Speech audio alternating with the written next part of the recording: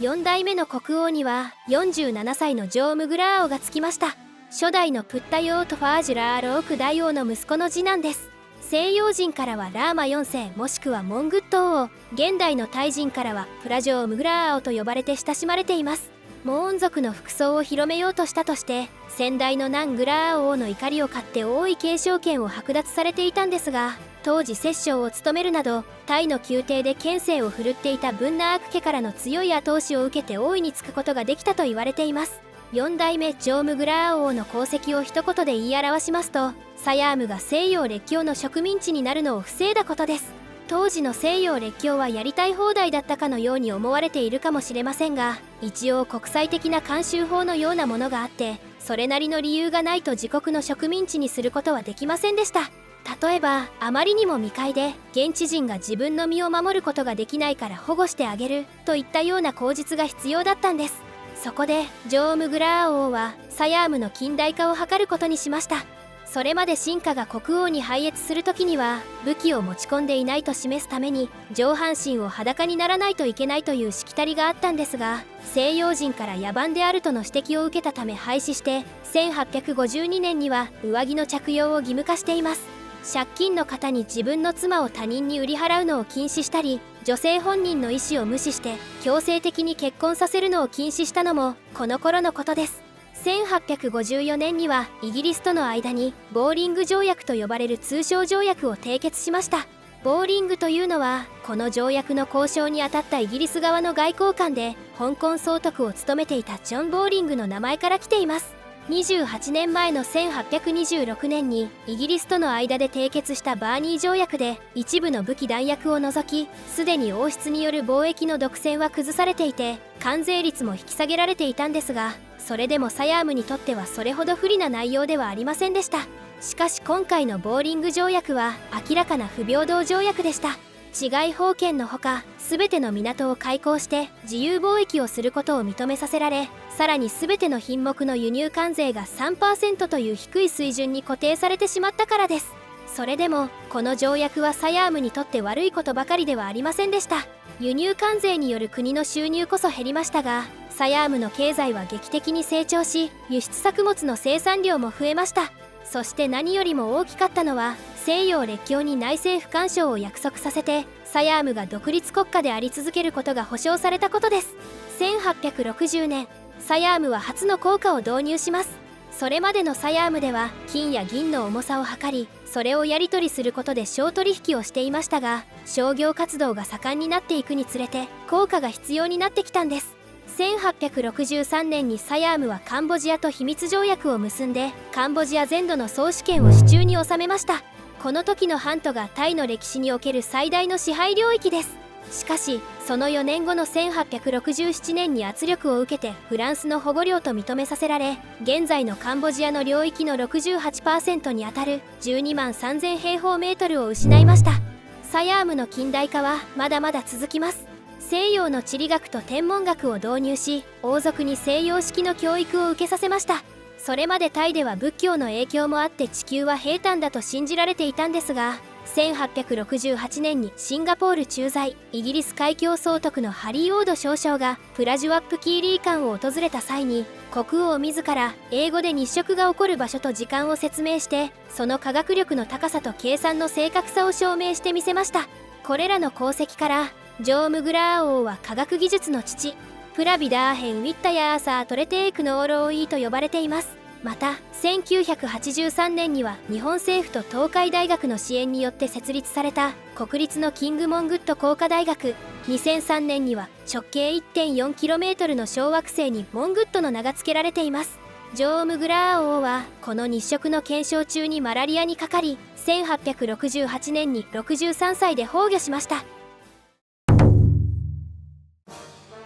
ラッタナゴー新王国5代目の国王にはジョー・ムグラー王の子で15歳のジュンラ・ジョー・ムグラー王がつきます。プラピヤマハ・アラートと呼ばれることもあります。外国人からはラーマ5世もしくはジュラーロンゴーン大王と呼ばれています。ブンナーク家のソムデット・ジャーオ・プラヤーボロンママハ・アシー・スリアウォン、別名チュワン・ブンナークによって選出されました。文ナーク家の一族は山田長政が死んだ1630年にプラーサートーン王の命令を受けてアユッタヤー市内の日本人村を滅ぼしたペルシャ人のジャーオプラヤーボーウォーララートナーヨックの子孫です。1873年、準ラジョームグラーオ大王は再入局ホーラッサダーゴーンピパットを設置して貴族たちから徴税権を取り上げました。この影響で税収の3分の1が割り当てられていた第二国王グロムプララーチャワンバウォーンサターアンモンコンのグロムプララーチャワンバウォーンウィチャイチャーンと対立するようになります。第二国王は英語ではフロントパレス正面宮殿と訳されています。日本語では福王と訳されることがあるみたいなんですけど、この地域の歴史によく出てくる福王プラマハーウッパラートやウッパラーチャーというのは普通総督制度を採用している王国内で地方都市を統治する役割の領主のような意味で使われていて、同じ時代に何人もの人物が務めている官職名ですから混同しないように気をつけてください。ここでいう第二国王とは推定相続人のことで、王に匹敵する強力な権限を持っているなどの違いはありますが、中国や日本でいうところの東宮のようなものです。タイではそれを正面宮殿や前宮と呼んでいると考えておいてよいかと思います。同年、準ラジョームグラーオ大王は成人し、先代のジョームグラー王の弟の長男のウィチャイチャーンを第二国王に据えた摂政のシースリアウォンの任を解き、ヨーロッパの王政を模倣した枢密院サパーガンマガーンオンカモントリーを設置します。翌1874年の12月初旬には国王と第二国王の対立が激化して、第二国王のウィチャイチャーンが王宮から600メートルしか離れていない現在ではバンコク国立博物館となっている自身の宮殿に600の兵を集結させました。12月末の夜間に王宮で不審火が発生します。第二国王は自らの兵に王宮内へ入って鎮火に協力するように指示を出したものの、自身は宮殿内にとどまり続けました。この行動が不忠であるとして準ラジョームグラーオ大王は近衛兵に命じて第二国王の宮殿を取り囲みます。5日後にウィチャイチャーンは宮殿から脱出してイギリスの領事館へと逃げ込みました。その後、外国の勢力を巻き込みながら紆余曲折を経てウィチャイチャーンやウィチャイチャーンを担いでいたブンナーク家の権力は大幅に低下し、サヤームの国内に国王に反抗できる貴族たちの勢力はなくなりました。こうして準ラジョームグラーオ大王は絶対王政の確立に成功したんです。同1875年、中国南部で起こした太平天国の乱で敗れた残党たちが逃げ込んで、盗賊を働いていたウィアンジャンの辺りにあったアジトを制圧して残党たちをベトナムへ追放しました。1885年の第三次英綿戦争では兵士こそ出さなかったもののイギリス側に対して食料援助を行っています。1887年にはタイ初の陸軍士官学校ローンリアンナーイローイプラジュンラジョームグラーオを設立。1892年には1463年に制定されたジャクサドム制を廃止して近代的な省庁を設置しました。1893年にはラッタナ号新暦112年危機と呼ばれるフランスとの紛争が勃発します。フランスのスループ船インコンスタントと砲艦コメットの2隻の軍艦がさまざまな口実をつけてバンコクへ向けてジャーオプラヤー川を遡上してくるというパークナーム危機が発生し、期待していたイギリスからの支援が受けられないと分かると、サヤームはフランスの要求を飲むことになってメコン川以東の領域、現在のラオスのほぼ全域を失いました。1895年にはモントン制を制定して中央集権体制を確立します。モントンは日本語では州と訳されています。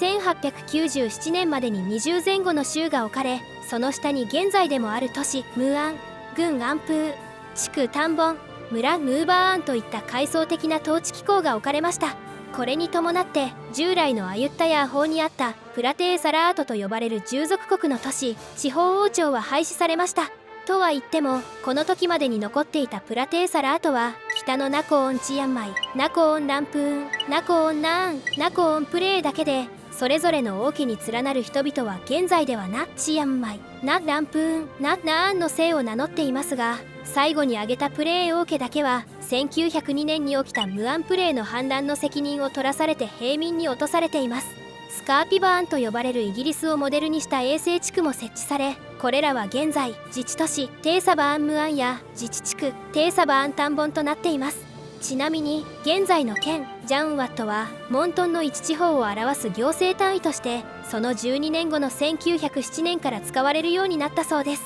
1901年にはバンコクからナコーンラーチャシーマーまでの鉄道を開業させます。1904年には10年前のラッタナ号新暦112年危機でサヤームの領内に侵入してきたフランス軍がそのままジャンタブリーに居座り続けていたため、返還してもらうことの見返りとしてやむなく現在のラオス北西部のサイアブリー県にあたるメコン川西岸地域のほか、ドンラック山脈の東側にあるラオス南部のジャンパーサック県とカンボジア北部のプラウィハーアン県をフランスに割譲しました。これをラッタナ号新暦122年のサヤーム・フランス条約と言います。ジュンラジョー・ムグラーオ大王はその他にも奴隷制を廃止して民が労働力を提供することによって税を納めたとみなす賦役を廃止しました。賦役を廃止したことによって兵を動員できなくなったため、それまであった軍務省クラスワンガラーホームを近代的なものに改組して徴兵制を施行しました。徴兵制を施行するにあたって新たに近代的な住民票タビアンバー案を作り、